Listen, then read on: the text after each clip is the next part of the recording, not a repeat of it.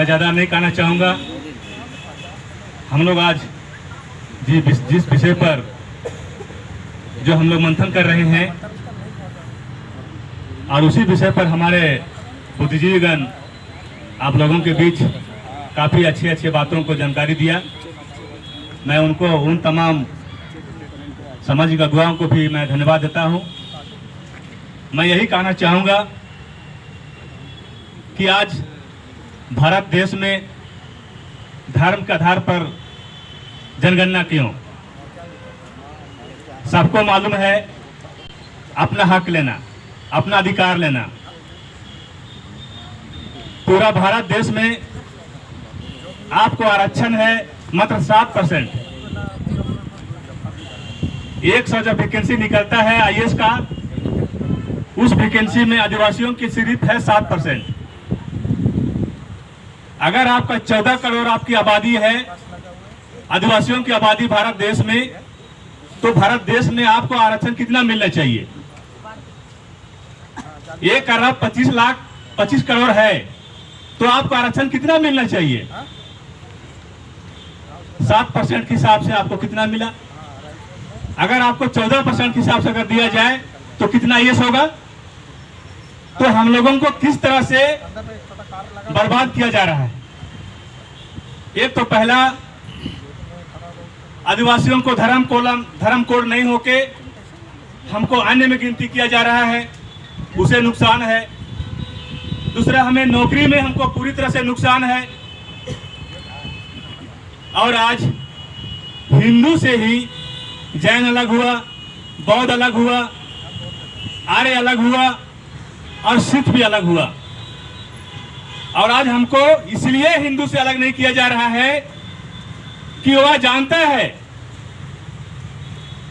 कि यही आदिवासी लोग हैं जो हिंदू भी बोल सकता है, ईसाई भी बोल सकता है, लेकिन दूसरे समुदाय को लोग नहीं बोल सकते हैं। मुस्लिम क्या हिंदू बोल सकता है क्या? ईसाई क्या हिंदू बोल सकता है क्या? बाकी लोग, जैन लोग हिंदू नहीं बोल सकता है, बौद्ध लोग हिंदू नहीं बोल सकता है, तो कौन लोग बोलेगा? बोलेगा तो सिर्फ आदिवासी बोलेगा। इसीलिए आरएसएस ने 1925 में ही ठान लिया कि हमको हिंदू राष्ट्र बनाना है। इसलिए आदिवासियों को हिंदू जनगणना कॉलम में लाना होगा। इसलिए मोहन भागवत ने ऐलान कर दिया पूरे भारत देश में कि आदिवासी को हिंदू लिखो, ताकि हिंदू राष्ट्र बहुल राष्ट्र बन सके। 2001 की जनगणना में हिंदुओं की आबादी 86 करोड़ थी, लेकिन 2011 की आबादी में 68 करोड़ कैसे हुआ?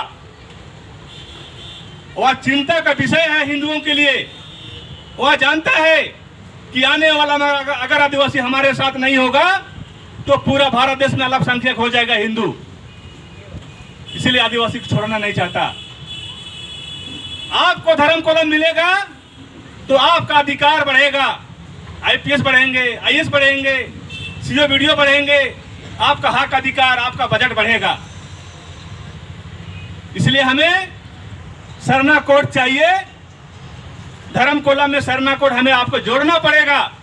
चाहे हिंदू बर्बाद हो जाए, उसे मतलब हमें नहीं है, लेकिन हमारा आदिवासी समुदाय एक सूत्र में बंधे और मजबूती रूप से एकजुटता का प्रदान करे और हमारा हक अधिक से अधिक हो। आज आने वाले समय में इस जनगणना के बाद हम 12% में आ जाएंगे। कहाँ 28% है, 26% है, हम 12% में आ जाएंगे। हम कहाँ रहेंगे? हम हमारा बाल बच्चों को हम कहाँ नौकरी देंगे? सिर्फ जनगणना नहीं है, ये सिर्फ धर्म कोड की बात नहीं है, हमारे हक अधिकार की भी बात है। मैं इन्हीं चंद शब्दों के साथ अपना वाणी को हम विराम करते हैं। सबको जोहार करते हैं।